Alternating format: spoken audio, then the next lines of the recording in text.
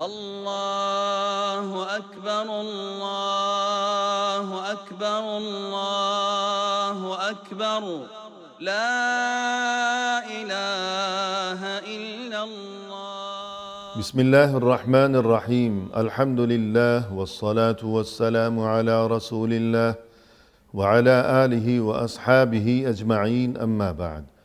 ناظرین کرام، السلام علیکم ورحمۃ اللہ وبرکاتہ. احکام حج کے عنوان سے اس پروگرام کے ہمراہ ہم آپ کی خدمت میں حاضر ہیں. آج کی اس ملاقات میں ہمارا موضوع گفتگو ہے یوم النحر. آج کا دن کہ جس کا نام ہے یوم النحر، حجاج کرام جو کہ وہاں آج کے دن مناسک حج کی ادائیگی میں مشغول ہیں، ان کے لیے بھی، مزید یہ کہ ہر مسلمان جو کہ آج اس وقت اپنے گھر میں اپنے وطن میں موجود ہے، ہر مسلمان کے لیے بھی یہ دن انتہائی مبارک ہے، انتہائی مقدس ترین ہے اور بہت ہی اہمیت و فضیلت کا حامل ہے. ہمارے ساتھ تشریف فرما ہیں محترم مہمان جناب ڈاکٹر شیخ عبدالحمید ظفر الحسن صاحب. تو آئیے ناظرین، اس سلسلے میں انہی کی زبانی مفصل رہنمائی حاصل کی جائے. السلام علیکم شیخ. وعلیکم السلام ورحمۃ اللہ وبرکاتہ. ہماری بزم میں آپ کی تشریف آوری پر ہم تہہ دل سے آپ کا شکریہ ادا کرتے ہیں. جزاکم اللہ خیرا. آمین یا ربی. یوم النحر کی اہمیت و فضیلت اور اس دن میں کیے جانے والے اعمال اور ان سے متعلق ضروری احکام و ہدایات ارشاد فرمائیے گا. جی، بسم اللہ الرحمن الرحیم. الحمد للہ رب العالمین والصلاة والسلام علی رسولہ الکریم. اما بعد. یوم النحر سے مراد 10 ذی الحج ہے. جی، یعنی حجاج اس سے پہلے کا دن گزارتے ہیں عرفات میں. صحیح. وہ دن گزارنے کے بعد رات مزدلفہ میں گزاری جاتی ہے. جی، مزدلفہ میں صبح ہونے کے بعد وہ منی کی طرف رخ کرتے ہیں. صحیح. جب منی پہنچ جائیں تو یہ دن جو ہے اگر دیکھا جائے تو اسے یوم النحر کہا جاتا ہے. جی، یعنی 10 ذی الحجہ. 10 ذی الحجہ. جی، اور یوم النحر اس لیے کہا جاتا ہے کیونکہ اس دن ایک عظیم عمل جو کہ حجاج بھی انجام دیتے ہیں اور اسے غیر حاجی بھی، اور وہ یہ ہے کہ اللہ تبارک و تعالیٰ کی خوشنودی رضامندی حاصل کرنے کے لیے جانور کیا ہے ذبح کیا جاتا جی، ہے، قربانی کی جاتی ہے. صحیح. اللہ تبارک و تعالیٰ نے قرآن مجید میں فرمایا فَصَلِّ لِرَبِّكَ وَانْحَرْ. جی، تم اپنے رب ہی کے لیے نماز پڑھو اور اسی کے لیے کیا ہے جانور ذبح کرو، یعنی قربانی کرو. جی، اور بعض اہل علم نے کہا کہ نماز سے مراد ادھر عید الاضحیٰ کی نماز ہے، صحیح. اور قربانی سے مراد تو ظاہر سی بات ہے کہ عید کے موقع پر جو جانور قربان کیا جاتا ہے. یعنی فصل لربک وانحر، اس کے مطلق معنی بھی مراد یہ جا سکتے ہیں جی کہ تم نماز پڑھو صرف اپنے رب کے لیے، یعنی جی جو بھی عبادت انجام دی جائے اور بالخصوص نماز جو کہ تمام عبادات میں سر فہرست ہے، تو وہ صرف اللہ کے لیے ہو، اس میں اخلاص ہو. صحیح. اور یہ کہ قربانی بھی اگر کی جائے تو صرف اللہ کی خوشنودی اور رضامندی کے لیے کی جائے. جی لیکن جیسا کہ آپ نے تذکرہ فرمایا کہ متعدد اہل علم کے بقول یہاں نماز سے مراد بطور خاص نماز عید الاضحیٰ جو کہ یوم النحر کو ادا کی جاتی ہے، اور اس کے بعد وہ قربانی جو کہ یوم النحر کو کی جاتی ہے، یعنی عید الاضحیٰ. تو اس سے اس کی اہمیت واضح ہے. صحیح ہے. اور جیسے کہ بات گزری کہ حجاج کے اعمال میں سے ایک عمل، یعنی اس دن مناسک حج میں سے ایک منسک یا ایک نسک ہے کہ قربانی کرے، اور اسی لیے آج کے دن کا نام ہے یوم النحر. صحیح. اور ادھر ہی بات بتا دی جائے کہ قربانی ہر حاجی پر یعنی لازمی نہیں ہے، بلکہ 2 قسم کے حج ہیں یا حجاج ہیں، متمتع اور قارن. کیونکہ حج کا جو طریقہ ہے یہ 3 قسم کے حج ہوتے ہیں. جی. ایک قسم ہے حج تمتع، دوسرا قسم ہے حج قران، اور تیسرا قسم ہے حج افراد. صحیح. اور اس ترتیب سے بتایا کہ جس ترتیب سے جس طرح اس کی اہمیت ہے یا فضیلت ہے. صحیح. سب سے زیادہ افضل طریقہ تمتع، اس کے بعد قران، اس کے بعد کیا ہے افراد ہے.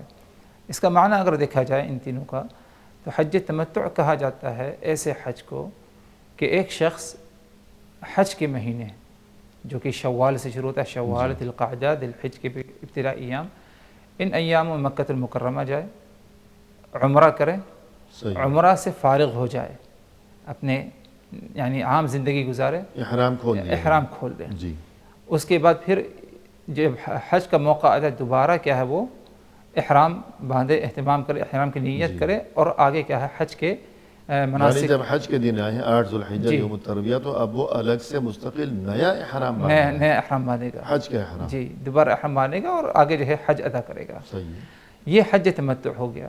تو اگر اس قسم کا حج کوئی کر رہا تو اس کے لیے کیا قربانی کیا ہے لازمی ہے. صحیح ہے، یا اگر اس نے حج قران کیا، حج قران سے مراد یہ کہ ایک ہی احرام میں عمرہ کرے اور حج کرے، صحیح ہے، احرام باندھ لے وہ اور مکۃ المکرمہ پہنچے، عمرہ کرے، عمرہ سے فارغ ہونے کے بعد وہ اپنا احرام کھولے نہ، جی، نہیں کھولا، ہاں نہیں کھولا، مسلسل حج کے اختتام تک تک رہ جائے اسی احرام میں. اسی احرام میں. تو ایسے حاجی کو بھی یعنی قربانی دینی ہے، صحیح. جانور دینا ہے. تمتع کے معنی میں اگر غور کیا جائے تو فمن تمتع بالعمرۃ الی الحج، تمتع کے معنی ہے فائدہ اٹھا لینا، فائدہ اٹھانا ہے. کہ اس نے عمرہ بھی کیا اور حج بھی کیا، دو عبادتیں انجام دی ہیں، لیکن درمیان میں فائدہ بھی اٹھا فائدہ لیا، بھی ہو گیا سے. کہ احرام کھول دیا، جی اور جو عام معمول کی زندگی ہے وہ اس نے بسر کی، صحیح. کہ احرام کی وجہ سے جو پابندیاں عائد ہوا کرتی ہیں تو ان سے گویا کہ وہ آزاد ہوا درمیان صحیح. میں. اور قران کے معنی ہے ملانا، تو اس نے دونوں کو یعنی عمرے کو اور حج کو ملا کر ایک ہی احرام میں ادا کیا. صحیح. تو اگر کسی نے حج تمتع کیا ہے یا حج قران کیا ہے تو ان دونوں پر قربانی واجب ہے. صحیح. اور افراد کیا ہے؟ افراد سے مراد ادھر یہ ہے کہ ایک احرام باندھے اور اس میں صرف حج کرے، جی، عمرہ نہیں شامل نہ کرے، صحیح. تو اسے کیا ہے حج افراد کہا جاتا ہے. جی، تو بات چل رہی تھی یوم قربانی النحر، کی. قربانی. جی. تو قربانی کا حکم صرف متمتع کو ہے اور قارن کو، یعنی جس نے حج صحیح. تمتع کیا اور جس نے حج قران کیا. جی، لیکن جو مفرد ہے یعنی جس نے حج افراد کا اہتمام کیا اسے قربانی کی ضرورت نہیں ہے. نہیں. اللہ تبارک و تعالی نے قرآن مجید میں فرمایا کہ فمن تمتع بالعمرۃ الی الحج فما استیسر من الہدی. جی، جس نے تمتع کیا یعنی عمرہ ساتھ میں کیا، اور اسی میں کیا ہے یعنی عمرہ اور حج کا جب ذکر ہے تو اسی میں کیا ہے قران بھی آتا ہے. صحیح. تو حکم ہے کہ اسے کیا ہے فمستیسر من الہدی، جو اس سے ہو سکتا ہے حسب استطاعت وہ جانور یہ قربانی دے دے. جی، چاہے یعنی ایک چھوٹا جانور دے یا ساتواں حصہ اس کا کسی بڑے جانور میں کیا ہے چھوٹا جانور یعنی بکری یا بکری، دمبا. جی. یا اگر بڑا جانور ہے جیسے کہ گائے، بیل یا اونٹ یا اونٹنی وغیرہ ہے تو اس میں کیا ہے وہ حصہ لے سکتا ہے. جی، اور اگر مکمل ساتواں حصہ. جی ساتواں حصہ، اور اگر مکمل جانور دیتا ہے تب بھی اس میں کوئی حرج نہیں ہو جائے قربانی. جی، تو صحیح. حسب استطاعت جو اس سے ممکن ہے. اور اگر قربانی کی استطاعت نہ ہو، ہاں، تو اسی قارن اور متمتع ہے لیکن قربانی کی استطاعت جی. نہیں، اس کی قیمت نہیں دے سکتا قربانی، تو اس کا حل یہ ہے جیسے کہ خود اس آیت میں ہے کہ فمن لم يجد فصيام 3 أيام في الحج و7 إذا رجعتم تلك 10 كاملة. جی، اسے کیا ہے 10 دن کا روزہ رکھنا ہوگا، 3 روزہ دوران حج، جی، اور باقی جو روزے رہ جاتے ہیں 7 روزے وہ جب اپنے گھر اپنے مقام لوٹ کر کے آئے گا ادھر کیا ہے وہ 7 روزے رکھے. جی. تو یہ مکمل کیا ہے 10 کی گنتی کیا ہے پوری ہو جائے گی. یہ اس وقت یعنی کیا جائے جب اگر کوئی قربانی نہ دے سکے. صحیح ہے. اور اس نے حج قران کیا ہے یا تمتع حج کیا ہے اور تمتع قربانی اس پر واجب ہے جی. اس وجہ سے، جی. لیکن اسے قربانی کی استطاعت نہیں جی. ہے، رقم کا، پیسوں کا انتظام نہیں، صحیح. تو وہ 10 دن روزے رکھے گا. صحیح. تو پہلا عمل کیا ہوگا، یعنی حاجی نے 9 اور 10 ذو الحجہ کی درمیانی رات تو گزار دی مزدلفہ میں، جی. اور 10 تاریخ 10 ذو الحجہ کی صبح نماز فجر کے بعد وہ روانہ ہوا ہے مزدلفہ سے مزید پیچھے مکہ کی جانب، جی. یعنی مینا پہنچا ہے. جی. تو مینا پہنچتے ہی وہ کیا کرے گا؟ کیا خیمے میں جا کے بیٹھ جائے گا یا کیا کرے گا؟ کہاں جائے جی. گا؟ مینا پہنچتے ہی بہتر یہ ہے کہ وہ رمی جمرہ کے طرف جی، جائے، سیدھا رمی کے لیے چلا جائے، رمی کے لیے کنکریاں مارنا. اور جمرۃ العقبہ جو سب سے بڑا ہے مکۃ المکرمہ کی طرف ہے، جی، جانب ہے، ادھر جا کر کے وہ رمی کرے. جی. یعنی حاجی آ رہا ہے مزدلفہ سے تو وہ مینا پہنچا ہے، جہاں رمی کی جاتی ہے وہ جگہ مینا میں ہی جی. ہے. تو وہاں رمی کرنے کی جگہ، کنکریاں مارنے کی جگہ جب وہ پہنچا ہے تو وہاں 3 مقامات ہیں جہاں جی. کنکریاں مارنی جی. ہیں. تو کس جمرے کو ماری جائے گی پہلے جو دن؟ سب سے بڑا مقام ہے وہ بطور، کون سا ہے، پہلا، دوسرا یا تیسرا؟ یعنی اگر مینا کی طرف سے ہم جا رہے ہیں تو وہ تیسرا پڑے گا. جی، اور ظاہر ہے کہ حاجی اس دن مینا کی طرف سے ہی آ رہا جی. ہے تو پہلے جمرے کو چھوڑ دے گا، دوسرے کو بھی چھوڑ دوسرے کو بھی چھوڑ دے اور گا، تیسرے کو کیا ہے، سیدھا تیسرے پر جائے گا. جی تیسرے پر جو ہے کنکری مارے گا. جی صحیح. اور اس کی کیا صفت ہے انشاءاللہ آگے آئے گی. جی اور دوسرا عمل جو اس دن کرے گا وہ یہ کہ وہ رمی سے فارغ ہونے کے بعد جانور ذبح کرے. صحیح جانور ذبح ہونے کے بعد وہ اپنے بال منڈوائے. صحیح. بال منڈوانے کے بعد جو ہے وہ مکۃ المکرمہ مسجد حرام پہنچ کر طواف کرے. جی جیسے بال منڈوائے گا تو یعنی اگر اس نے بال منڈوائے نہیں ہیں، چھوٹے کر لیے، جائز ہے، کتروائے، کوئی حرج نہیں، حج ہو جائے گا، لیکن بہتر یہ ہے کہ مکمل جو ہے بال اس طرح سے کہ منڈوائے. صحیح ہے. اللہ کے رسول صلی اللہ علیہ وسلم نے جو فضیلت بیان کی، جو دعا دی 3 مرتبہ رحم اللہ کہا جی کہ اللہ تبارک و تعالیٰ کا رحم ان پر ہو، رحمت ہو ان پر جو اپنے بال کو مڑواتے ہیں. صحیح. 3 مرتبہ کہا، اور چوتھی مرتبہ کہا آپ صلی اللہ علیہ وسلم نے کہ اللہ تبارک و تعالیٰ رحمت فرمائے ان پر جو اپنے بالوں کو کیا ہے چھوٹا کرواتے ہیں. صحیح. جی کترواتے جی کترواتے ہیں. تو یعنی قینچی سے. جی یہ دونوں اختیار یعنی آپ کے سامنے ہیں دونوں معاملہ، لیکن بہتر وہی ہے، افضل اولا ذرا اجر ثواب بالوں کو بالکل کیا ہے منڈوانا، منڈوانا مثلا اس طرح سے اس طرح سے نکلوا دینا. اور خواتین کے لیے خواتین ظاہر سی بات ان کو بال نہیں منڈوانا ہے تو کاٹنا ہے، بس یہ ہے کہ بال کو برابر کر کے پیچھے کی طرف سے جو ہے یعنی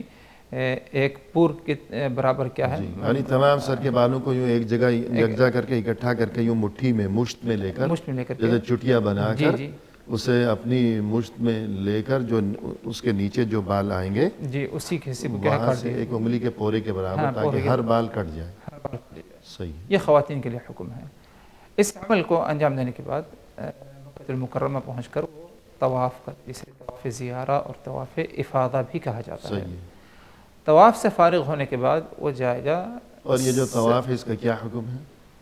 یہ واجب ہے یا رکن ہے؟ نہیں، طواف افاضہ رکن ہے. رکن ہے، ضروری ہے. جی لازمی ہے. اگر کسی نے طواف افاضہ نہیں کیا، چاہے وہ حج متمتع ہو یا قارن ہو یا مفرد ہو، اس کا حج نہیں ہوگا. طواف سے فارغ ہونے کے بعد وہ جائے گا سعی، صفا مروہ کی کیا ہے سعی کرے گا. صحیح. تو یہ اعمال ہیں یوم النحر کے، 5 اعمال ہیں. رمی ہے، جانور قربانی کرنا ہے، بال کو منڈوانا یا کتروانا ہے، چھوٹا کروانا ہے، اور چوتھا عمل ہے کہ طواف بیت اللہ ہے، اور آخری عمل ہے کہ وہ صفا مروہ کی کیا ہے سعی کرے. یوم النحر کے جو اعمال ہیں جیسا کہ آپ نے تذکرہ فرمایا کہ سب سے پہلا عمل ہے رمی، جی، اور اس کے بعد ہے جانور قربان کرنا. اور اسی مناسبت سے آج کے اس دن کا نام یوم النحر بھی رکھا گیا ہے. نحر کے معنی ذبح کرنا، قربانی کرنا. اور اس کے بعد طواف افاضہ ہے، اور یہ کہ سعی ہے، اور جانور ذبح کرنے کے بعد درمیان میں ایک عمل ہے الحلق بالتقصیر، یعنی سر منڈانا یا بال کتروانا. تو یہ اعمال ہیں. تو سب سے پہلا جو عمل ہے رمی. تو رمی سے ہمیں کیا یاد دہانی مقصود ہے، کیا واقعہ یاد آتا ہے، اس میں حکمت کیا ہے؟ جی رمی، چاہے وہ یوم النحر کو جو رمی کی جاتی ہے، اس کے بعد آگے آنے والے یوم تشریق میں بھی جی باقی مقامات پر جو رمی ہوگی. یعنی پہلی بات تو یہ سمجھ لی جائے کہ رمی جمرہ جو ہے یہ واجب ہے. صحیح. اسے کیا ہے ترک نہ کیا جائے، اور اگر کسی سے رہ گیا تو یعنی اس کی تلافی ہوگی. ایک جانور جو ہے اسے کیا ہے قربان کرنا ہوگا. اور اس کا وقت یعنی بھی بتا دیا جائے کہ اس کا وقت شروع ہوگا یعنی طلوع شمس کے بعد، پہلے دن جو ہے طلوع آفتاب کے بعد سے لے کر کے یعنی مکمل جو ہے یعنی نماز فجر سے پہلے دوسرے دن کی نماز فجر تک پورا دن بھی اور پوری رات اور پورا دن. یعنی آج جو 10 ذوالحجہ ہے یوم النحر ہے، فجر کے بعد حجاج کرام جو کہ مزدلفہ سے مینا پہنچے ہیں، تو یہی وقت ہے، ابتدا ہے آج کے دن رمی کا. جی رمی کی جائے گی آج کے دن. جی اور یہ تمام دن بھی اس کے لیے وقت ہے، کی جا سکتی ہے رمی، اور رات کو بھی کی جا سکتی ہے. اگلے دن یعنی 11 ذوالحجہ کی فجر تک رمی کی جا سکتی ہے. یہ پہلے دن کی رمی کا وقت ہے. تو رمی سے ہمیں کیا یاد آتا ہے؟ دیکھیے اس سلسلے میں جیسے کہ بعض روایات میں بتایا گیا ہے کہ ابراہیم علیہ السلام نے انہی مقامات پر یہ ہے نہیں شیطان ابلیس سامنے آ کر کے انہیں کیا ہے روک رہا بہکا رہا تھا جب اسماعیل علیہ السلام کو لے کر جا رہے تھے ذبح کرنے کے لیے، جیسے کہ قربانی کا موقع تھا، قربانی کا موقع تھا. تو انہی مقامات پر کیا ہے ابراہیم علیہ السلام نے جو ہے شیطان کو یعنی دھتکارنا اور اسے کیا ہے روکنے کے لیے کیا ہے اس کے شر سے محفوظ رہنے کے لیے انہوں نے کیا ہے کنکریاں کیا ہے ماری تھی اسے بھگانے کے لیے. اور یعنی اس سلسلے میں یہی بتایا جاتا ہے، اور اس سے زیادہ اہم تو یہی ہے کہ ہمارے نبی پاک صلی اللہ علیہ وسلم نے اس طرح کر کے ہمیں دکھایا، اور اس موقع پر جو ہے جب آپ نے کیا ظاہر سی بات ہے کہ اس کی کوئی نہ کوئی وجہ رہی ہوگی. یعنی آپ صلی اللہ علیہ وسلم نے آج کے دن وہاں ان مقامات پر رمی کی، اسی ترتیب سے، اور یہ بھی فرمایا کہ خذوا عنی مناسککم، یہ جو مناسک حج ہے یعنی حج کے جو اعمال ہیں تم مجھ سے سیکھ لو. تو یہ گفتگو ہو گئی رمی کے بارے میں. اور رمی سے فراغت کے بعد جو ہے آج کا دن دوسرا عمل ہے قربانی کا. تو جیسے کہ آپ اس سے قبل یہ تذکرہ کر چکے ہیں کہ آج کے دن جو قربانی ہے وہ ہر حاجی کے ذمے نہیں بلکہ صرف متمتع اور قارن کے ذمے ہے. تو قربانی کیسے کی جائے گی، کیا پڑھا جائے گا؟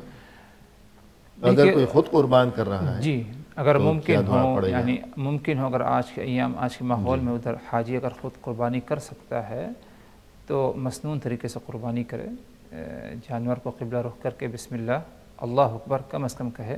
باقی آگے اگر دعا یاد ہے ٹھیک ہے، ورنہ کم از کم کہے بسم اللہ اللہ اکبر کہہ کے کہے جانور کہے قربان کرے. جانور کو قربان کرنے کے بعد اگر ممکن ہے تو اس جانور کے گوشت کو کچھ حصہ اپنے استعمال کے اپنے کھانے پینے کے لیے رکھے، کچھ تحفہ طائف ہدیہ دینے کے لیے، اور کچھ جو ہے غریب و مسکین فقراء کے درمیان تقسیم کرنے کے لیے. اللہ تبارک و تعالی نے قرآن مجید میں فرمایا فَكُلُوا مِنْهَا وَأَطْعِمُوا الْبَائِسَ الْفَقِيرَ، تم خود اس میں سے کھاؤ اور جو فقیر محتاج ہیں بھوکے ہیں ان کو بھی اسی میں سے کیا ہے کھلاؤ، اگر یہ ممکن ہو تو، ورنہ یعنی اگر ناممکن ہو. تو حج کے موقع پر تو یعنی مسائل اور صورتحال مختلف ہوتی ہے، تو اس آپ کی قربانی ہو جائے گی ویسے بھی، لیکن یہ اس موقع پر کیا جا سکتا ہے جبکہ اگر آپ کے لیے کیا ہے ایسا کرنا ممکن ہو. جی ہاں. اور آج کے دن کا تیسرا عمل ہے الحلق بالتقصیر، یعنی سر کے بال منڈانا یا کتروانا. اس بارے میں گفتگو کی جا چکی ہے اس سے قبل کہ مرد حضرات جو ہیں وہ اگر حلق کریں یعنی بال منڈوائیں اس طرح سے یا بلیڈ سے تو وہ افضل ہے، اور ورنہ یہ کہ بال جو ہے کتروانا قینچی سے وہ بھی درست ہے، اس کی گنجائش ہے. اور جو خواتین ہیں وہ صرف جو ہے تمام بالوں کو چٹیا کی شکل میں یکجا کر کے مشت میں لے کر جو بال باہر ہوں تو ان سے ایک انگلی کے پورے کے برابر قینچی سے ان کو کاٹ دیا جائے. تو اور اس کے بعد طواف افاضہ ہوگا جسے طواف زیارت بھی کہا جاتا ہے. ثم لیقضوا تفثهم، اس بارے میں فرمائیے. جی اس کے بعد کیا ہے طواف افاضہ ہے. طواف افاضہ سے فارغ ہونے کے بعد کیا ہے اسے سعی صفا مروہ. لیکن اتنا بتا دیا جائے کہ اگر اس نے یہ 3 اعمال کر لیے جن میں سے رمی جمرہ ہے یعنی کنکریاں مارنی ہے، اور اسی طرح بال کو منڈوانا ہے، جانور ذبح کرنا ہے، اس کے بعد کیا ہے وہ اپنے عام لباسوں میں کیا ہے تحلل اول ہو گیا، جسے کیا ہے تحلل اول کہا جاتا ہے. یعنی آج کے دن کے جس کا نام یوم النحر ہے، جو کہ عید الاضحیٰ کا دن ہے، جو کہ 10 ذوالحجہ کا دن ہے، آج کے دن جو 5 اعمال حاجی کے ذمہ ضروری ہیں ان میں سے جب اس نے پہلے 2 کام کر لیے، 5 میں سے 2، یعنی سب سے پہلا کام اس نے رمی کر لی، کنکریاں مار لی اس ایک ہی جمرے کو جو کہ بڑا جمرہ ہے، آج کے دن صرف اسی کو کنکریاں مارنی ہے، یہ پہلا کام کر چکا وہ حاجی. اور دوسرا کام جب اس نے بال منڈوا لیے. ہاں البتہ قربانی کا جو معاملہ ہے تو وہ تو ہر ایک کے ذمہ نہیں ہے. جس کے ذمہ قربانی ہے یعنی متمتع اور قارن، ظاہر ہے کہ وہ پہلے قربانی کرے گا، اس کے بعد وہ سر منڈوائے گا. تو جب یہ 2 کام ہو گئے یعنی سر منڈوایا اور رمی کر لی، اور ظاہر ہے کہ قربانی اگر ذمہ ہے تو کرے گا ورنہ نہیں، تو اب یہ تحلل اول اس کا ہو گیا، یہ حلال ہو گیا. تحلل اول سے مراد کیا ہے؟ تحلل اول سے مراد یہ کہ محظورات احرام، یعنی احرام کی حالت میں جن چیزوں سے جن کاموں سے آپ کو منع کیا گیا تھا حاجی کو ان تمام اعمال کا اہتمام یا ارتکاب کر سکتا ہے، بشرطے کہ ان میں سے صرف ایک عمل ہے، وہ یہ ہے کہ اپنی عورت سے صحبت نہ جی کرے. تحلل اول کے بعد جی اب جب تحلل اول ہو چکا یعنی 10 ذو الحجہ کو یوم النحر کو 2 کام ہو گئے، رمی کر لی، سر منڈوا لیا، تو اب تحلل اول ہو گیا، وہ تمام پابندیاں ختم ہو گئیں. جی ایک پابندی باقی رہ گئی، یعنی جو ازدواجی معاملات ہیں اس کی ابھی بھی اجازت نہیں ہے. اب 5 کاموں میں سے جب ایک کام اور بھی کر لیا یعنی طواف افاضہ کر لیا، کل 3 کام ہو چکے، جی 5 میں سے 3 کام ہو گئے. جی تو اب ایسی حالت میں کیا ہے وہ اب تحلل ثانی یعنی مکمل تحلل مکمل ہو گیا. طور پر کیا وہ احرام سے فارغ ہو گیا ہے. جی ہاں صحیح. تو تحلل اول کے بعد جو ہے گویا کہ حاجی اب نہا دھو سکتا ہے، نہا دھو تو پہلے بھی سکتا تھا لیکن معمول کے لباس پہنے گا، کپڑے پہنے گا، صاف ستھرا ہوگا، خوشبو وغیرہ بھی استعمال سب کچھ کر سکتا ہے. جی اور اپنے معمول کا لباس پہن کر وہ مکہ جائے گا طواف افاضہ درست. وغیرہ کے لیے. تو ایک وقفہ لیں گے. ناظرین اکرام فی الحال لیتے ہیں ایک مختصر سا وقفہ، ہمارے ساتھ ہی رہیے گا. الله أكبر الله أكبر ولله الحمد. محترم ناظرین، وقفے کے بعد ہم حاضر خدمت ہیں. آئیے سلسلہ گفتگو کو مزید آگے بڑھایا جائے اپنے محترم مہمان کی زبانی. شیخ، وقفے سے قبل جیسے کہ آج کی اس ملاقات میں ہمارا موضوع گفتگو ہے یوم النحر، آپ نے یہ تذکرہ فرمایا کہ آج کے دن حاجی حضرات حجاج کرام 5 کام انجام دیں گے. انہی 5 کاموں میں سے ایک کام، ایک عمل ہے طواف افاضہ، جو کہ رکن ہے، یعنی جو کہ ضروری ہے. کہ اگر رکن سے مراد یہ ہے کہ اگر رکن چھوٹ گیا تو حج باطل ہو گیا. طواف افاضہ اور دیگر طواف بھی ہوا کرتے ہیں. کوئی مسنون طواف ہے، کوئی طواف قدوم ہے، کوئی نفل طواف ہے، کوئی طواف وداع ہے، وغیرہ وغیرہ. تو طواف قدوم یا دیگر جتنے بھی طواف ہیں اور اسی طرح طواف افاضہ، ان میں کچھ فرق ہے احکام کے لحاظ سے.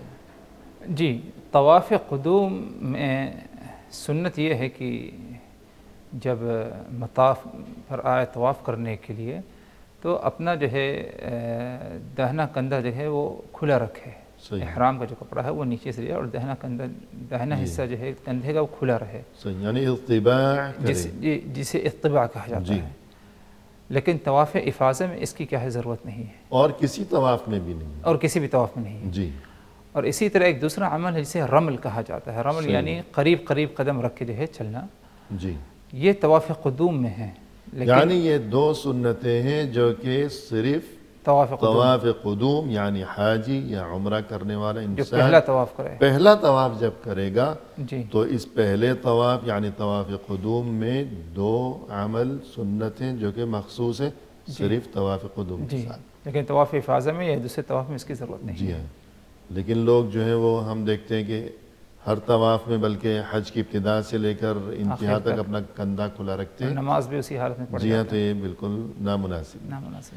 تو یہ جو 2 سنت عمل ہیں جو کہ طواف قدوم کے ساتھ مخصوص ہیں. پہلا عمل اطباع یعنی دائیں کندھا کھلا رکھنا تمام 7 چکروں میں. جی طواف قدوم کے 7 چکروں میں صحیح. پورے طواف میں. لیکن جو رمل ہے یعنی چھوٹے قدم اٹھانا اور کچھ یوں پہلوانوں کی طرح چلنا اگر گنجائش ہو، کیونکہ رسول اللہ صلی اللہ علیہ وسلم مکہ پہنچے تھے مدینہ سے سفر کرتے ہوئے عمرۃ القضاء کے موقع پر، یعنی حدیبیہ کے موقع پر تو مشرکین مکہ نے اجازت نہیں دی تھی، واپس بھیج دیا تھا. اور یہ شرط لگائی گئی تھی کہ اگلے سال آنا پھر عمرہ کی اجازت ملے گی، ابھی واپس جائیے.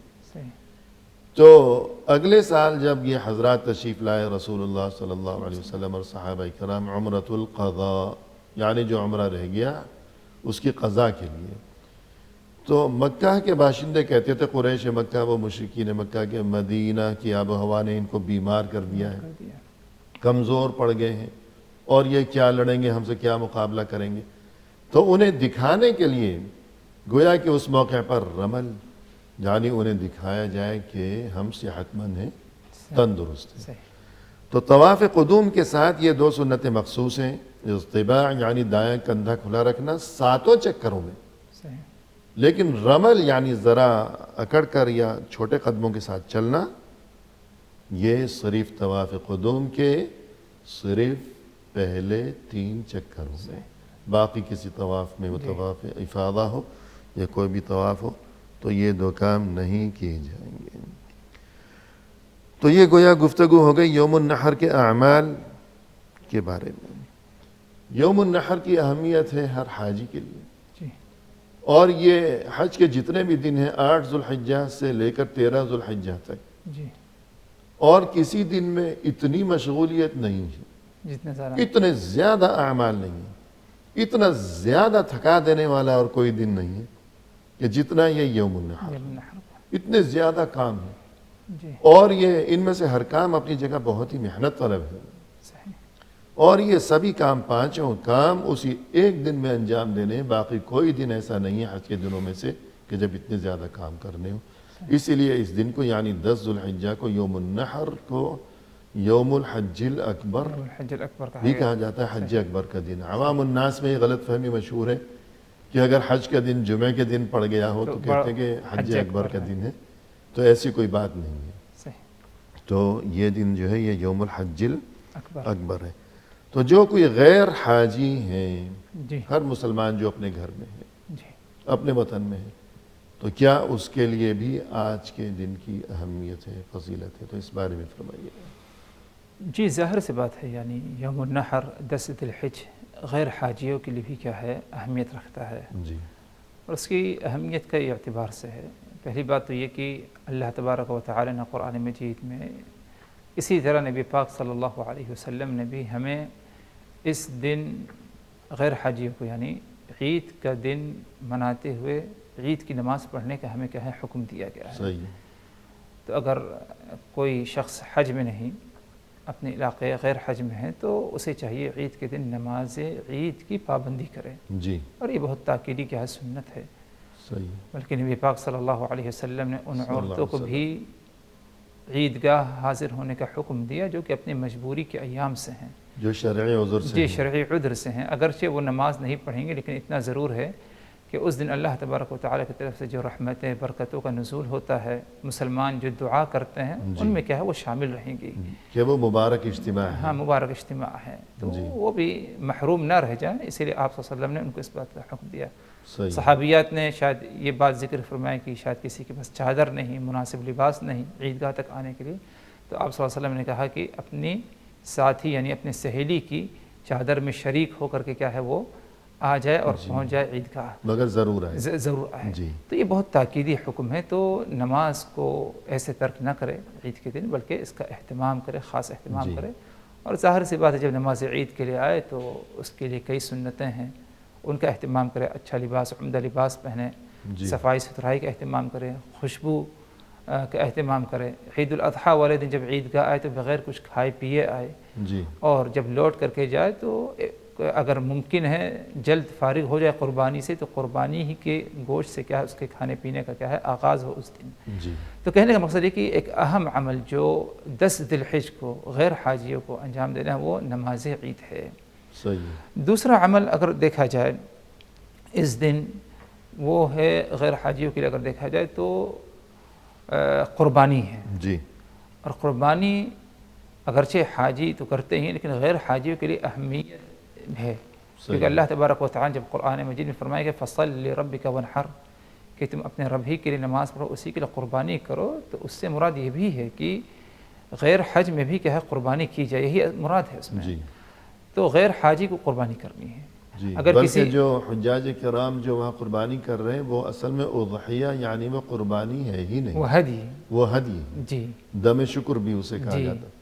یعنی انہیں اللہ نے توفیق دی، انہوں نے ایک ہی سال اور ملا کر انہوں نے 2 عبادات انجام دی ہیں، عمرہ بھی کیا ہے، حج بھی کیا ہے، جی تو وہ ان کے لیے ہدی ہے، یعنی وہ ایک گویا کہ ایک الگ سے ایک چیز ہے صحیح مستقل۔ صحیح، لیکن یوم النحر کے موقع پر عام مسلمان جو کہ اپنے گھروں میں ہیں، جو کوئی اپنے وطن میں ہے، تو وہ بھی قربانی کیا کرتے ہیں اضحیہ، کہ آج کے دن کے جو اعمال ہیں یوم النحر کی جو اہمیت ہے، جو فضیلت ہے، سبھی کے لیے انہی میں اضحیہ بھی شامل ہے۔ صحیح۔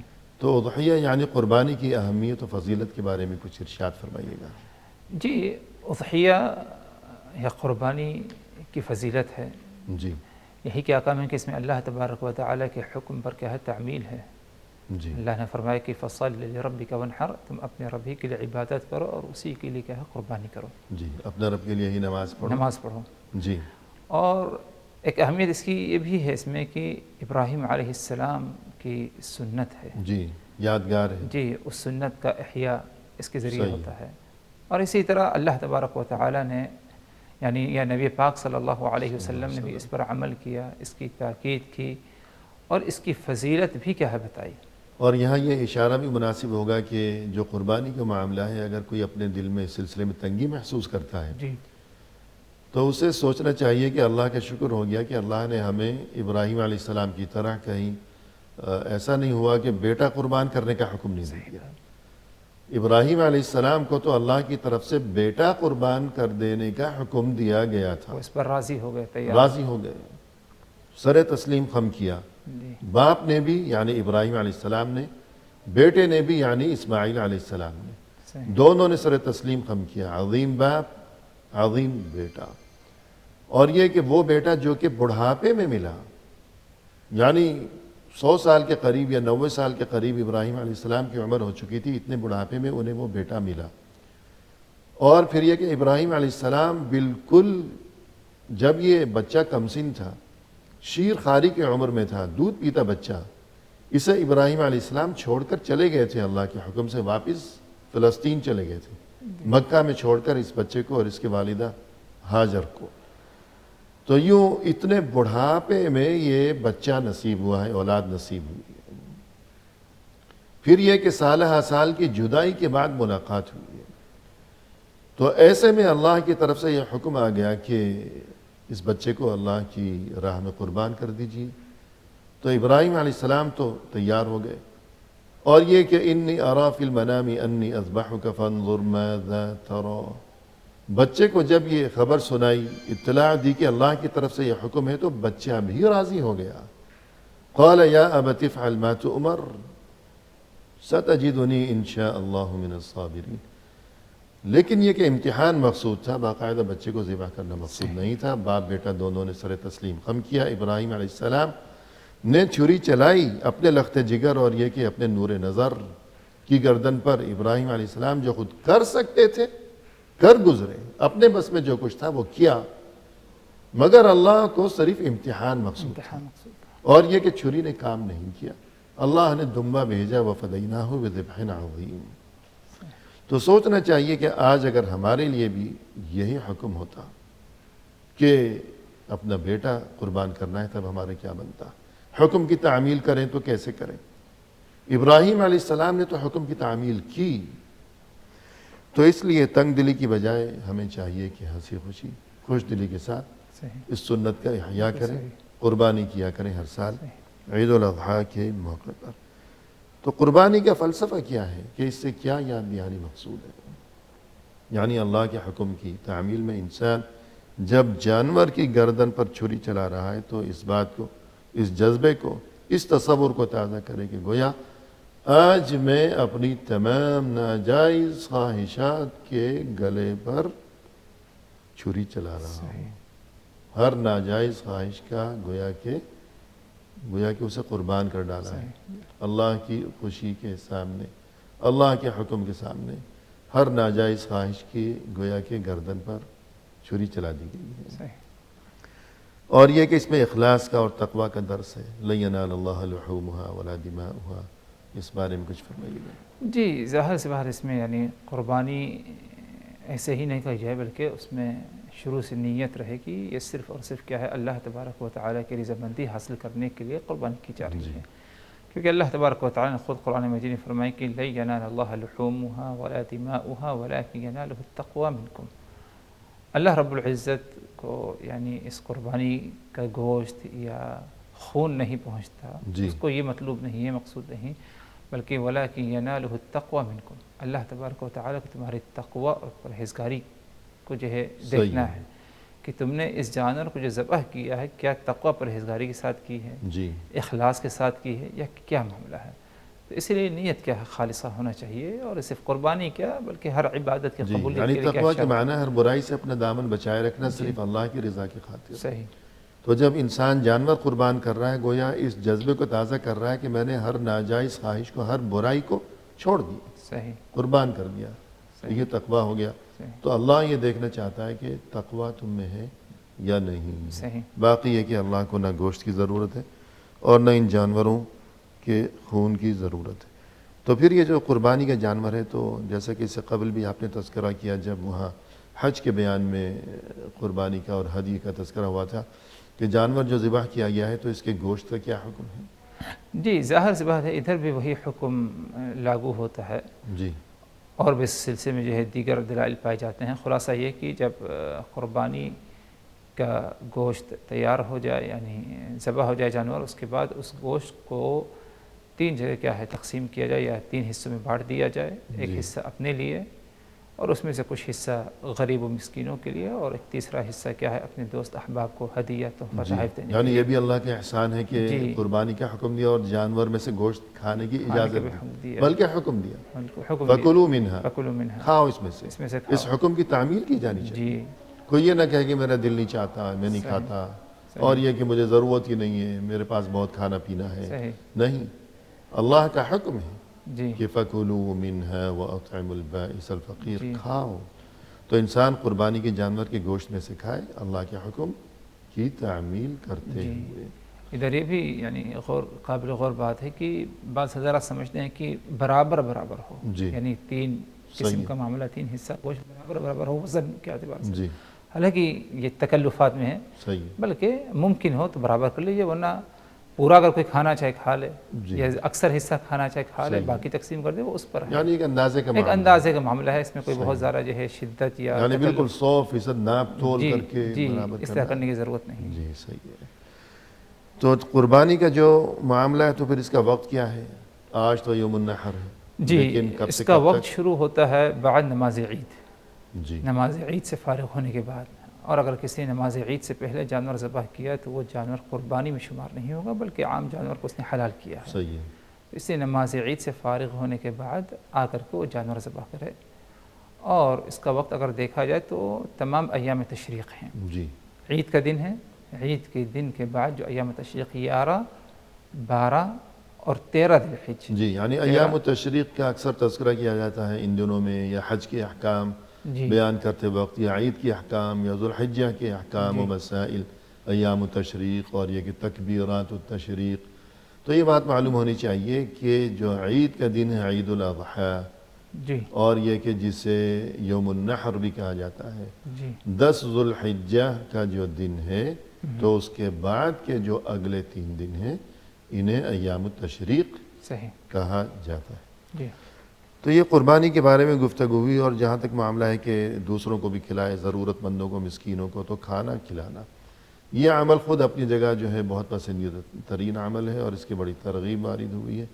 یہاں تک کہ قرآنی آیات سے اور یہ کہ احادیث مبارکہ سے یہ بات معلوم ہوتی ہے کہ دوسروں کو کھانا کھلانا یہ جو عمل ہے یہ دخول جنت کا سبب ہے، اور یہ ایمان کی نشانی ہے.